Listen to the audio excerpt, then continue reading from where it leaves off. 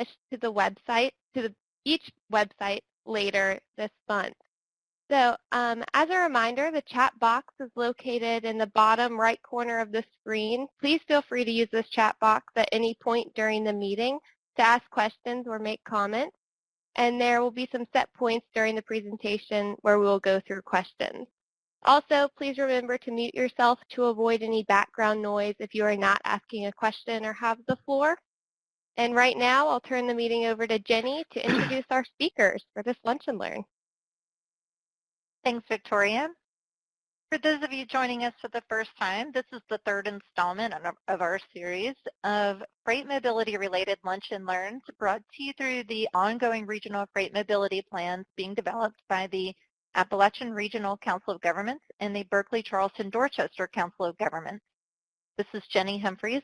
I'm a planner with CDM Smith managing these projects, and I would like to send a big thank you to both ACOG and BCDCOG for their support of this series. And it's really nice to have this opportunity for both plans to bring their stakeholders together and learn about freight mobility topics.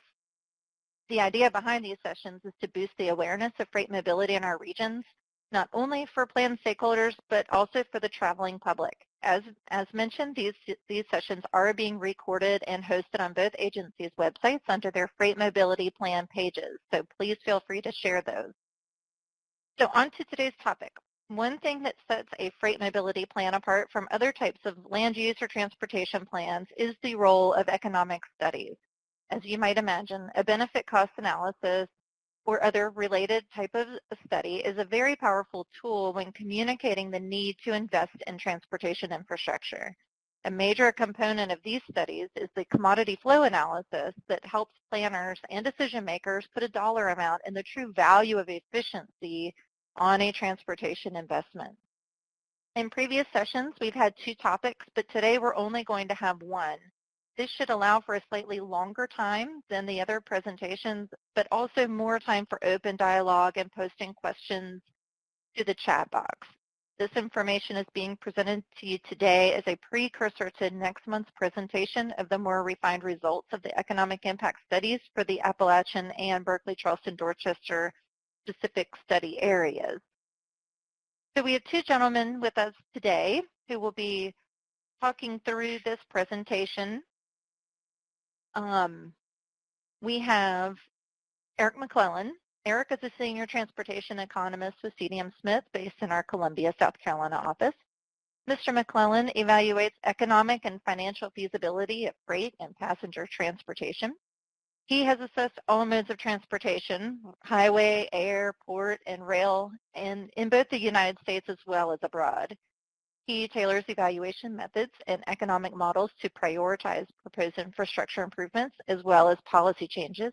And he uses reports, presentations, and discussions to streamline the data and findings to facilitate the understanding and the decision making. With Eric, we've got Evan Bigos. Evan is also a senior economist within CDM Smith, specializing in transportation economics, and he is based in our Orlando, Florida office. Evan's area of expertise include the development and application of economic and econometric models, as well as conducting economic and financial feasibility studies.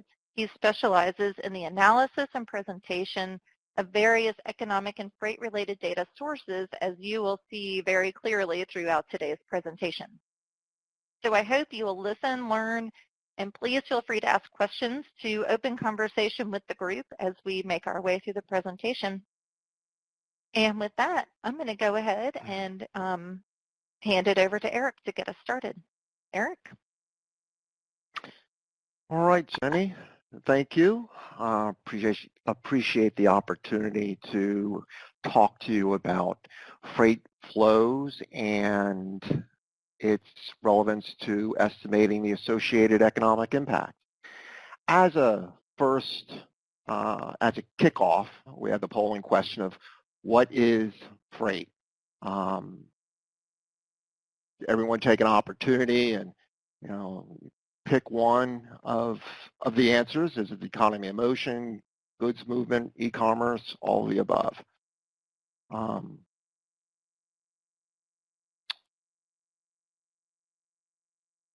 All of the above. It seems like everyone kind of intuits that freight means a lot of things.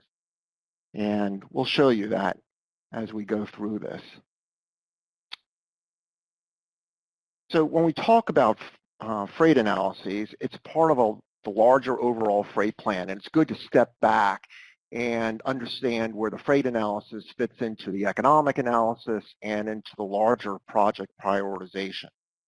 So, to begin with, what is freight? What are we looking at? How is it doing? Where is, the high volume and the congestion? How bad is it? What percent are trucks? What are the intermodal developments that are going to affect freight transport in the future? There's also the land use, and we've talked to you about that. It affects freight transportation, specifically TAZs, and which ones have high current user freight density, and where is it going to grow? Freight movements. This is what we're going to focus on today, the what, where, how of freight movements regarding current volumes, provides input, background into understanding how land use and network changes affect demand. And then economics. Everyone's always interested in the jobs, the incomes, GRP, et cetera. This is how we quantify the economy of motion, by looking at the different commodities, how they're moving in different directions on the different modes. So combined, all this information provides backdrop into developing the prioritization measures that Krista was talking about. So regarding the economy in motion,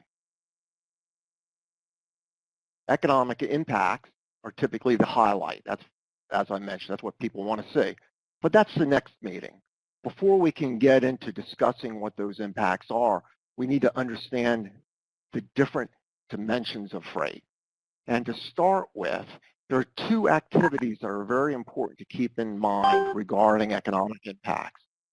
One is the physical transport of freight, the impacts associated with trucking firms, railroads, ports, etc. But that's a minor part of the freight economic impact. The real impact is associated with the production of goods and commodities that are shipped and received by businesses throughout the state. That's the real impact, and by going through the detailed freight analysis, we're able to estimate what those impacts are. So this slide deck evaluates the different data, freight data, the dimensions and the sources, and summary overview of it. So when we talk about freight dimension, it's multidimensional. It's a rabbit hole of data. It's complex to compile, analyze, and summarize. It has lots of capabilities and lots of constraints. We're going to give you a broad overview. To begin with, let's talk about dimensions. Geography is essential in this, especially when you look at different data sources because of the constraints in what they have. Good data sources provide something for a specified area, and that's hard to find. For this study, not only are we looking at ACOG and BCD-COG independently, we're looking at the geography of the rest of the state and how freight movements in and out of these specific geographies affects all of the freight in the state as well as out of state. That gets into the directional component. What's moving into a region versus out of the region has different economic impact, as well as something moving within a region. Conversely, something moving through the region has very little economic impact. So direction and geographies are interrelated and very important. When we talk about freight, what volume metrics are we looking at? It's not only tons. It's not only units, be them truck or rail cars or containers at a port. It's also the value. Given the different value to weight of various commodities, that makes a big difference, and that changes over time. And of course, we're looking at the four primary modes: truck, rail, port, and air. Regarding commodities, the economic impacts, they vary by the type and the direction. For example, the impact of an outbound car, which is manufactured in South Carolina, specifically, for example, in the Greenville area, has a much different impact than a car that is imported to the area when you look at the economic impacts. It's a production and manufacture impact compared to a retail sale. We look at all these dimensions together when we do the freight analysis. The sources that we use primarily is based on the TransSearch data source. We acquired this from the Department of Transportation. This is an expensive data source, and it is very useful. It is not perfect, though. It has its limitations, as do all data sources. One of the limitations is its rail data. However, it is able to bolster and substantiate the data that's reported in TransSearch by incorporating the STB waybill sample, which addresses rail movements. FAF4, a freight analysis framework put out by the FHWA, is another data source. Unlike TransSearch, which is expensive, FAF is free. However, it has numerous constraints regarding the commodity detail, the geography, very limited geographies which you cannot tailor, and the direction. It lacks the ability to adequately accommodate through movement. So for that reason, TransSearch was used, and it's a better data source. Regarding port data, another hole or limitation of TransSearch is that it only includes movements that originate or terminate in the NAFTA countries, specifically the US, Canada, and Mexico. It excludes international movements from Asia, South America, Europe. For that reason, it's very limited on the port side. It's not a problem on the domestic side of truck and rail transport, but it is on the port side. So we bolstered the freight data that we evaluate and present here with the U.S. Army Corps of Engineer waterborne commerce statistics and the Port of Charleston port data. Similarly, the airport data for TransSearch is limited by not including non-NAFTA movements. This is also supported with Greenville and Charleston airport data. When we talk about geography and direction, a little illustrative example helps. For example, freight that originates or terminates or goes through the Port of Charleston and on to the rest of the state can go to the ACOG region, it can go to the rest of South Carolina, it can go to Charlotte or Atlanta. Similarly, or conversely, freight going into the ACOG region can come from these same areas. There's also this intra-regional freight, as I mentioned previously, and then the through freight. And this is the devil in the details when you start looking at the volume of through freight. For example, with the Charleston area, there's a lot of through freight that's just going through this area that's picked up in the TransSearch data just because it's on I-95 going through the tip of that northwest corner of the region. Conversely, there's a lot of traffic on I-85 that's going through the region from Charlotte to Atlanta or vice versa and beyond. So for these reasons, the geography and the direction is very important to tease out. Going a little more into this freight source comparison, let's talking about trucking. As I mentioned, it's primarily based on TransSearch. The volume is measured in terms of weight, dollar units, and truck units. Also mentioned, it just includes NAFTA. It has all four directions. The commodity code is the standard transportation commodity code. The years available are 2016 and a forecast year 2040. The rail data is also Transearch oriented and supplemented with the SDB. It too has the weight, the dollar value, and the car units. Also constrained by the NAFTA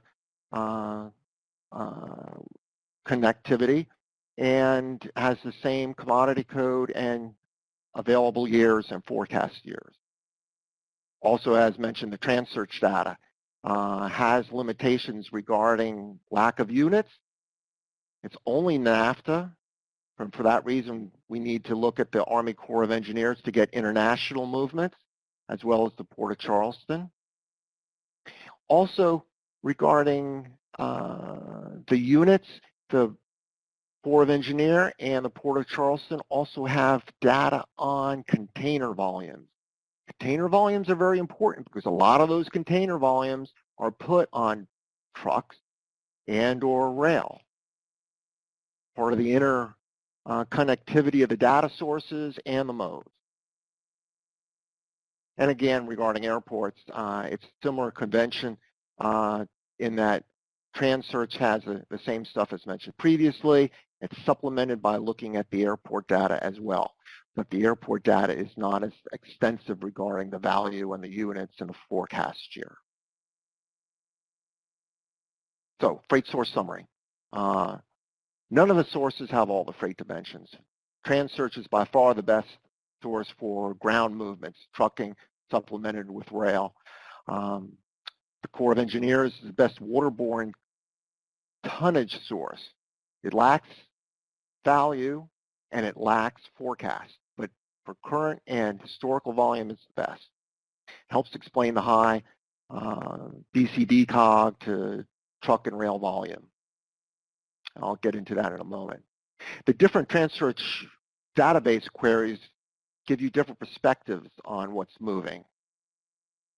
Today's overview is going to provide modal summaries. It's going to have network density, some truck and rail tonnage maps. And it helps paint an overview of what's going on. The next meeting will get into more commodity by direction, by commodity type and outbound versus inbound, as well as the origin destination pairings with these each region, both within the state and out of state. So regarding Transearch tonnage summary for each of the two cogs. Regarding ACOG, as you can see here, the truck comprises 75% of the total tonnage movements in the year 2016, namely 104 million tons, followed by rail at roughly 35 million tons. And you can see air and other are negligible. Other is primarily free trade zones, often located at an airport. Regarding BCD cog, it's a similar story, but it's a little bit different because port also has a notable volume. So it cuts into the proportional share of rail and truck noted previously. It is with ACOG. It is interesting to see that the total volume between the two cogs is very similar, 138 million versus 136, but the composition is notably different, as is the direction. So here's that 138 million again, that total in the lower right-hand corner that we just talked about, as well as the breakdown by mode. We just looked at that, but when you look at the directional breakdown by mode, you'll see different things. To begin with, the outbound movement for ACOG at 25 million only represents 18% of total movements. Similar with inbound, 25 million tons, about 18%. The real volume is this through movement, 81 million tons. This is largely because of what's moving on I-85, also what's moving on I-26 and other roads. The breakdown by mode is a little bit different. The truck has similar overall percentages, although not quite as great. However, rail, what you see is 30 million of the 35 million tons is through the region. And this reflects the high volumes going through CSX in Lawrence County. So the directional component is different between the modes. Other and air, they're either inbound or outbound. Comparatively, different things are happening with the BCD cog. Again, here's that total 136 million tons, and it's broken down by the modes. Water is highlighted because this represents Army Corps of Engineer data, which is incorporated into the larger Transearch framework. When we look at the total volumes, again, through is notable at 44%. That's at 59, nearly 60 million. Inbound is roughly half again the amount of outbound. And that reflects a variance from what we saw with the ACOG. Here you see it by mode. It's a similar breakdown to the total. Rail is interesting in that it has more inbound than the other modes. Roughly half is inbound. That reflects a lot of freight, which is either coal, which is being consumed, and we'll talk more about that in the next meeting, as well as stuff which is ultimately exported. Similarly, you have inbound movements from the port that go to rail and truck as well. Talk a little bit about that in a moment. Specifically, the waterborne movements that are coming into the Port of Charleston total 23 million, with about twice as much coming in as going out. Much of this is actually through the region. It's being put on or coming off of truck or rail. The other modes are insignificant as to be anticipated. So as I mentioned, with this waterbound movement, a large share of that 23 million tons is moving by rail or truck from the port. And most of it is either outbound or inbound. Next meeting, we'll have more information on exactly what that is. Another polling question. Which South Carolina interstate accommodates the most freight tonnage? Have try to seed you with some answers here of what you would think they might be.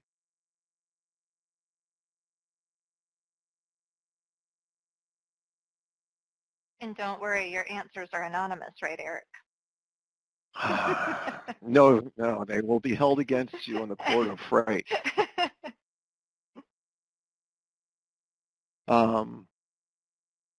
The maps that we're going to show will answer this. So we'll let you think about that as we go through it.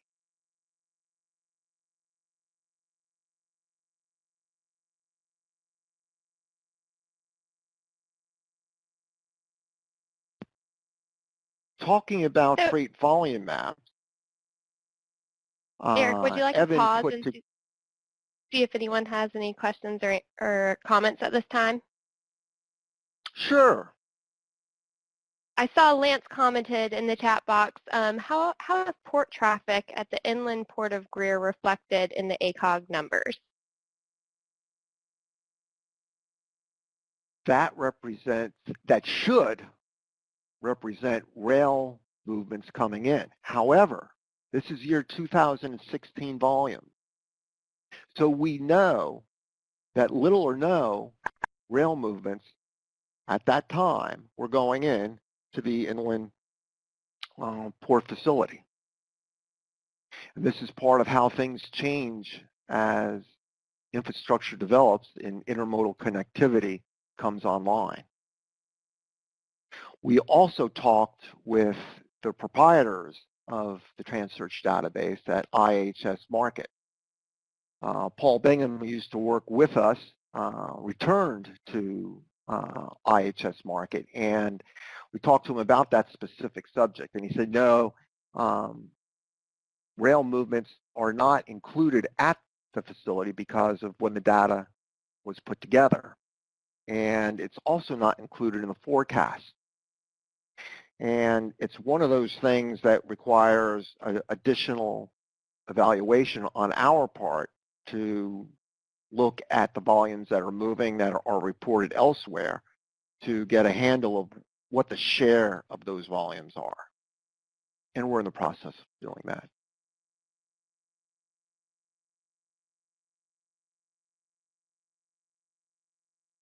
Okay, I don't see any other comments at this time, Eric. Okay, thanks for the question. Regarding freight volume maps, an illustrative perspective of what I was just talking about, I'll let Evan discuss that. Thanks, Eric. So I'll be presenting to you 4 maps, starting off at the regional level with ACOG and then moving on to BCD. From there, from a truck perspective in tons. I'll take a step back and show you a little bit of a state perspective for the same type of data dimension, and then switch over to the mode for rail just as a comparative purpose. Transearch, and all this is based off of Transearch data, which is a very large data set, and you can slice and dice this in various ways, present it in various ways. So the intention herein is not to get into too much detail, but just to give you an overview of what the Transearch freight database is actually superimposing onto the surface network, both truck and rail, or highway and rail network.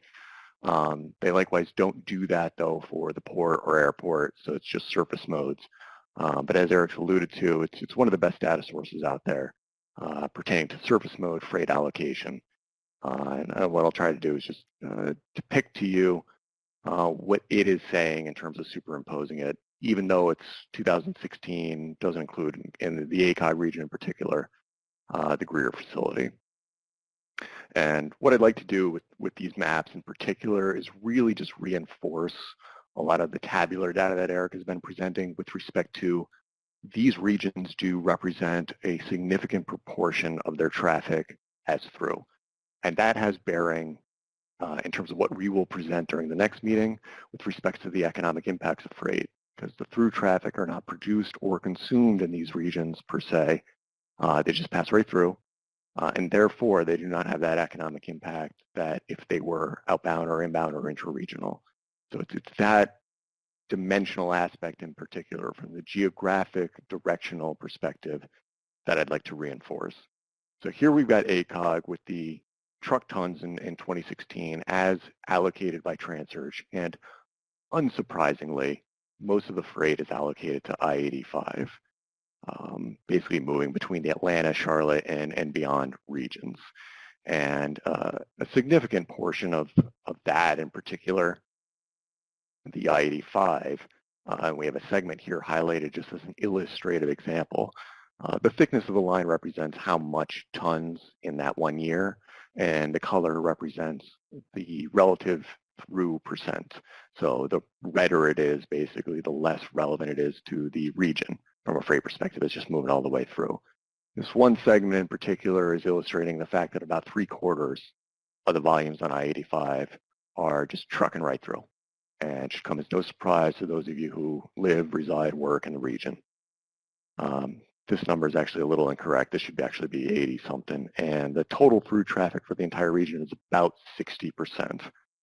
And unsurprisingly, it's mostly on the interstate highways. Moving to the BCD region, it's a relatively similar story in terms of the overall region is dominated by through traffic. But unlike the ACOG, it's not a interstate highway that traverses the extent of the entire region, rather than it pretty much cuts off a little sliver in the northwest segment that Eric alluded to previously. Basically, it's 995 that cuts through Dorchester, and it's moving a lot of traffic that's going from like New York, Florida, Georgia, Tennessee, North Carolina, Virginia, that kind of thing. And in fact, pretty much all of it on this segment in particular that we highlight as representative is through traffic, and that's just all the stuff coming up and down the East Coast corridor. It doesn't mean, though, that the movements to and from the BC-DCOG region are not utilizing I-95. There are some segments to the north that actually then represent some of that inbound and outbound traffic pertinent to that region. So what this is illustrating basically is that while still most of this region is through traffic, like ACOG and frankly like a lot of other multi-county jurisdictions, they're still using the interstates for certain movements in certain directions, and BC-DCOG in particular has more of a tendency to move stuff a little to the west, a little to the north, certainly more so than it does to the south. Doesn't mean it does that exclusively, just proportionally. So those are the two regions in particular, and taking a step back and just looking at it from a statewide perspective, here's what TransSearch allocates the entire state. The thickness of the lines for both maps, the left being ACOG representative and the right being BCD, the thicknesses of the lines they're identical. But the colors, the proportions in this case pertains to whether or not it is touching in any place, in any county, each of the regions in particular. And you can see from the left that obviously everything that traverses the ACOG region is in blue, and the further you get away from it, the less relevant the traffic is. And in particular, a significant majority of the I-95 traffic has nothing to do whatsoever with ACOG. Likewise, vice versa, when you look at the right side of the map, the I-85, which is pretty dominant in the ACOG, really doesn't have anything to do with the BC-DCOG region. But if you take a step back and kind of look between the lines, and you'll see this some in the narrative as we depicted in the documentation, the connection between the regions has some relevancy. You see that there is some traffic that travels up and down I-26, I-77 between these two regions and Charlotte. And again, we'll explain a little bit more in the narrative, and that does have a bearing then ultimately on the economic impacts in terms of what is moving, especially for the BCD region, through the port, as opposed to what is considered just inbound outbound to the port, but then is multimodally transferred to either rail or truck. So the last map I'm going to depict very quickly is the same representative type data, but in this case it's for rail tons for the two respective regions, the ACOG on the left, BCD on the right, and unsurprisingly, a lot of the stuff touching the ACOG network from a rail perspective is either on CSX or Norfolk Southern, basically passing through the region on the Norfolk Southern that parallels I-85 or to the connection point in Lawrence County. BCD, though, however, is a little bit different. You see that the color depiction is not very red, which means a lot of it's not through, which makes sense because it's a coastal region. It wouldn't make a lot of sense if it was going through. These are the rail connections ultimately to the port, the ones that basically parallel I-26 and a little to the south, a little to the north. But ultimately, these are those intermodal connections that Eric had alluded to with regards to that 24 million tons moving through the port in 2016 that aren't ultimately or originating or destined in this three-county region, but in all likelihood are actually getting on a rail network or a truck and then heading in or out of the region. Those are the four maps we'd like to depict, and Eric will just wrap it up with some summary and next steps. Okay, thank you, Evan. Those maps are gnarly, but they do help illustrate some of that rabbit hole multidimensionality that I started off with. In addition to that, no source is comprehensive. TransSearch is the best, but it has its limitations. And Lance, you pointed out the intermodal connectivity limitation in the year 2016 data that we have. That's real important to both of these freight plans because freight is doubling in or more, depending on which metric you look at. And intermodal connectivity has a ability to move some of that freight off of the highway network onto rail, and it enables businesses to expand and compete in the ever-changing business environment, especially with e-commerce. So the data sources are supplemented with, the TransSearch data is supplemented with the waybill sample, the Corps of Engineer, data, as well as the port of Charleston and other data. The COG freight flows, they have similar total volumes in terms of tons, but there are differences in the modal breakdown, the direction, and of course the commodity. And this gets back to needing a firm understanding of the geography and direction of freight movements when you're looking at totals. Otherwise, you'll misinterpret what's being conveyed. So next steps, flush out these differences in volume, mode, and commodities. And when I talk volume, I'm talking about value and units as well as tons. We just talked about tons here. Also address this interregional trade, the who, what, how much, where, and uses. How do industry in the respective areas use inbound and outbound trade to produce products, retail sales, etc. Economic impacts will explain not only the freight activities, but the types and measures, types being a direct impact, an indirect impact, and induced, and the measures, not only jobs, but also income, output, GRP, etc. We'll quantify these by types, measures, by mode, and activity for both service-oriented and user-oriented impacts. And then we'll compare the impact estimates with state and local economy overall data to ensure that the estimates that we come up with square with the overall region. And sometimes they don't originally, which requires adjusting of freight data inputs in the value sense that are evaluated. It provides another good QA, QC measure of the freight data that we evaluate. So with that, we have one other question, which I kind of alluded to when I was just talking, and that is how much will I-26 freight volume increase by the year 2040? And while you're pondering that, I never answered the last polling question, so we'll have to come back to that. I'll give you a moment here. But regarding the busiest section, road section regarding freight in the state, it's actually I-95 down in Jasper County in the Low Country. And as Evan was relaying, there's a lot of value, or there's a lot of freight that's moving down 95 from the North Carolina border, as well as a lot of freight that's coming down I-77 from the North Carolina border to 26 and to 95. That's why that's the busiest freight section. The second busiest freight section is I-95 as well, north in the PD at the North Carolina border. The third is, interestingly, I-20 between the I-26 interchange and the I-77 interchange.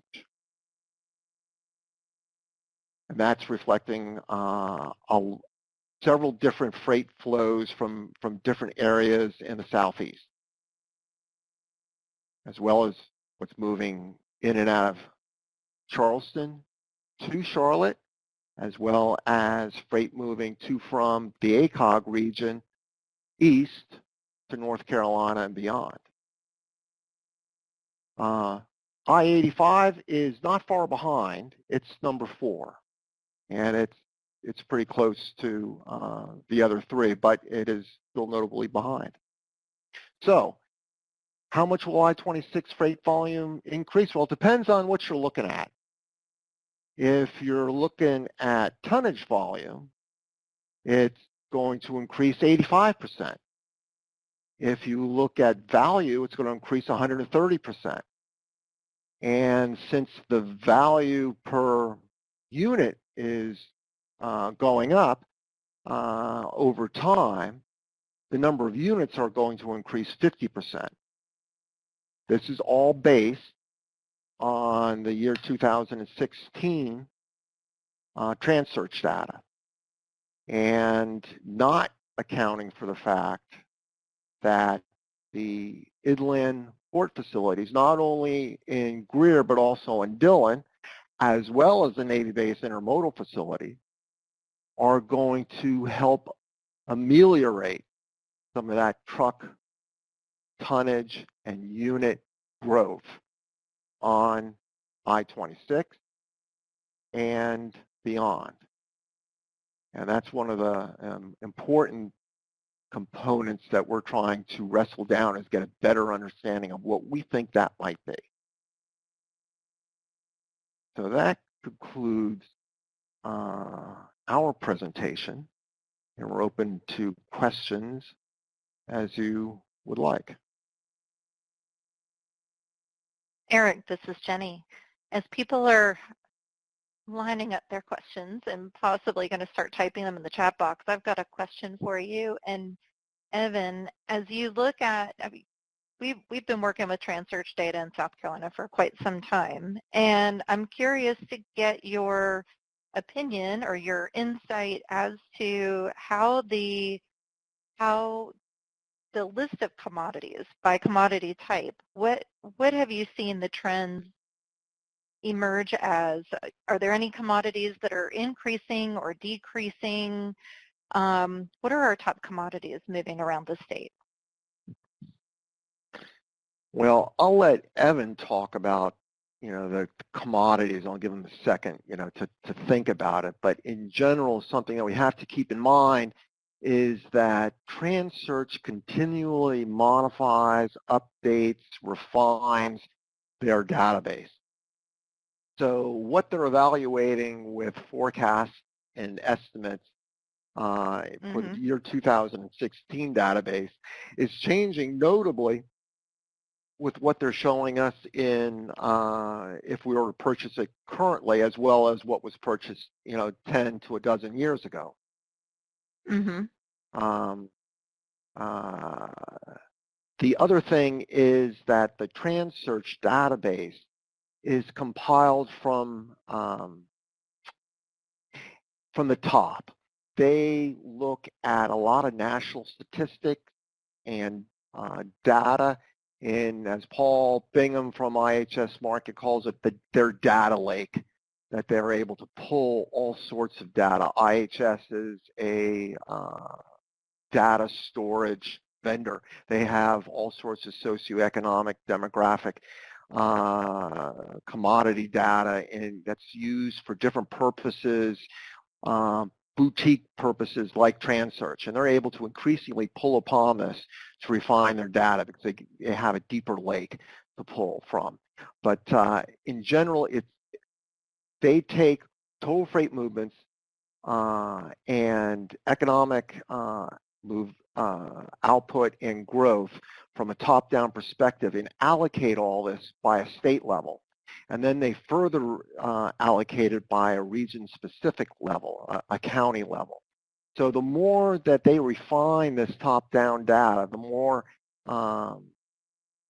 errors originate or surface. And this is part of the QA/QC process that we go through with the in-plan model, when we look at the values that the in-plan model provides us, because we know the values are based on more vetted local data than what the TransSearch has. So to answer your question as to the trends that we're seeing and changes in commodities, we have not looked at those specifically that I know of, unless Evan has. But I would imagine that it's a bit of a mixed bag. Evan, do you want to add anything to that? It's a good question, Jenny, and it's a little bit for the next meeting. We'll cover some of this. The reason why it's not such a simple answer is because of the multidimensional aspect of it. You're looking at just truck, just rail, all of them by absolute tons, units, value, percent. And remember, there's 750 commodity details. You can roll it up to 40. Generally, though, what it is spitting out in this database is not that atypical from what you would expect or see in some of the other ones. From a tonnage perspective, you're going to see relative growth, and let's just call it tons for the time being instead of just units in value, because we can get into the multidimensional aspect of it. Non-metallic minerals, so things like mining, aggregate, stone, rock, quarrying stuff, chemicals and allied products, fuels, that kind of thing, food, kindred products, sometimes even concrete, glass, stone, some of the more a little bit higher end mining operations from a tonnage perspective, but those also tend to be a very low value per ton commodity grouping. And when you flip the script and you start looking at it from a value perspective, which Eric and I will do from an economic impact perspective, because that deals more with the economic geography, what's being produced, you're going to start seeing things like, well, more the higher end chemicals, transportation equipment, and what Transurge calls miscellaneous mixed shipments, which is synonymous with container movements. Right. Well, I'm very much looking forward to it. As soon as I know, well, I laughed when as soon as I said it, I thought, that was a loaded question because I didn't specify mode, I didn't specify tonnage versus value. So we are very much looking forward to seeing that breakdown next month. Are there any other questions from our meeting participants? Yeah, I've got a question. This is Lance, and this is really just a question pertaining to the data sources that you guys use, and I've got experience with most of them, but what I don't have experience with is the Corps of Engineer data.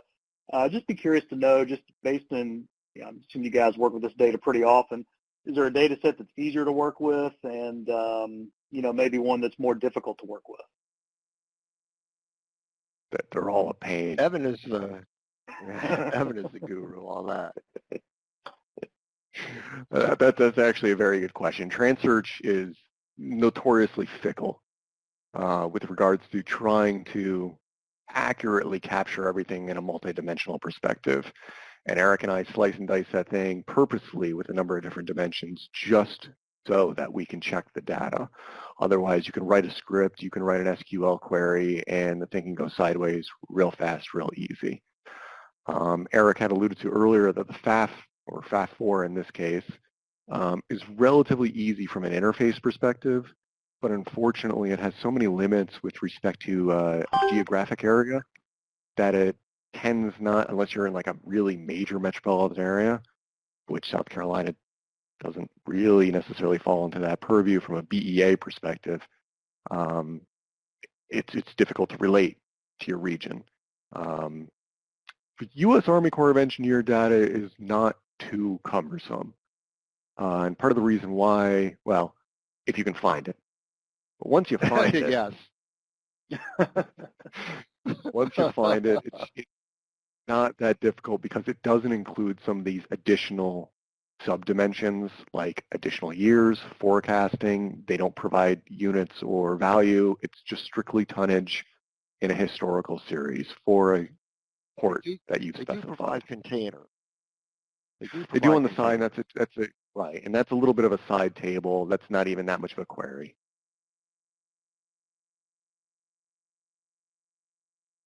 So that one's relatively easy if you can find it. But I always struggle even going like, where they changed it again?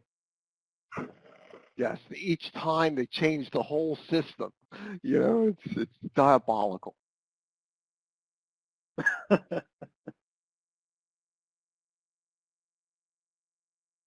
So that's a lot Are there of the any reason why other questions? the whole conversation with data sources and dimensions. You really can slice this thing in a lot of different ways. And the reason why we set the stage the way that we did is really for the purpose of making sure that you guys are familiar enough with what we will present next month with respect to the economic impacts, just to understand in particular that the through traffic specifically, while relevant from a network perspective, is not going to have bearing on the economic impacts when we present them next week or next month.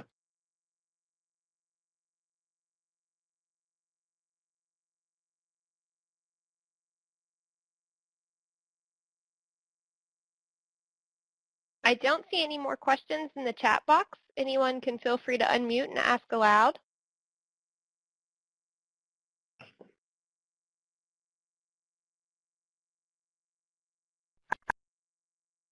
if there are no more questions, I'll let Jenny wrap us up. Thanks, Victoria, and thank you, Eric and Evan, for the presentation today. As expected, I've continued to learn things whenever we go through all of this.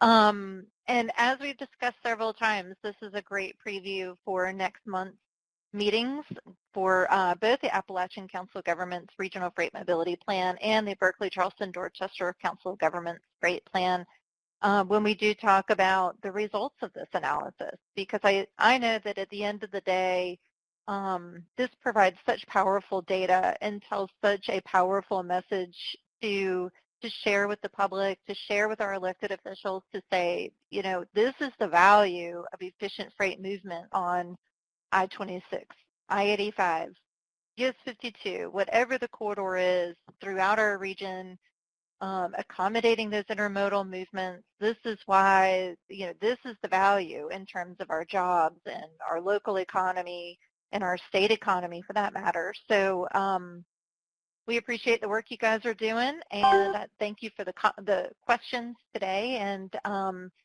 as we've said several times, these meetings are recorded, so if you are just now logging in and you wanted to participate in it and didn't get a chance, these will be posted on the plan website. So please feel free to take a look at those and share them with friends, and we'll go ahead and take a break. And those of you joining us for the BCD Regional Freight Mobility Plan, we will go ahead and take maybe a 5 to 7 minute break as we transition from our lunch and learn into our BCD Freight Plan meeting. Thanks for everybody's participation.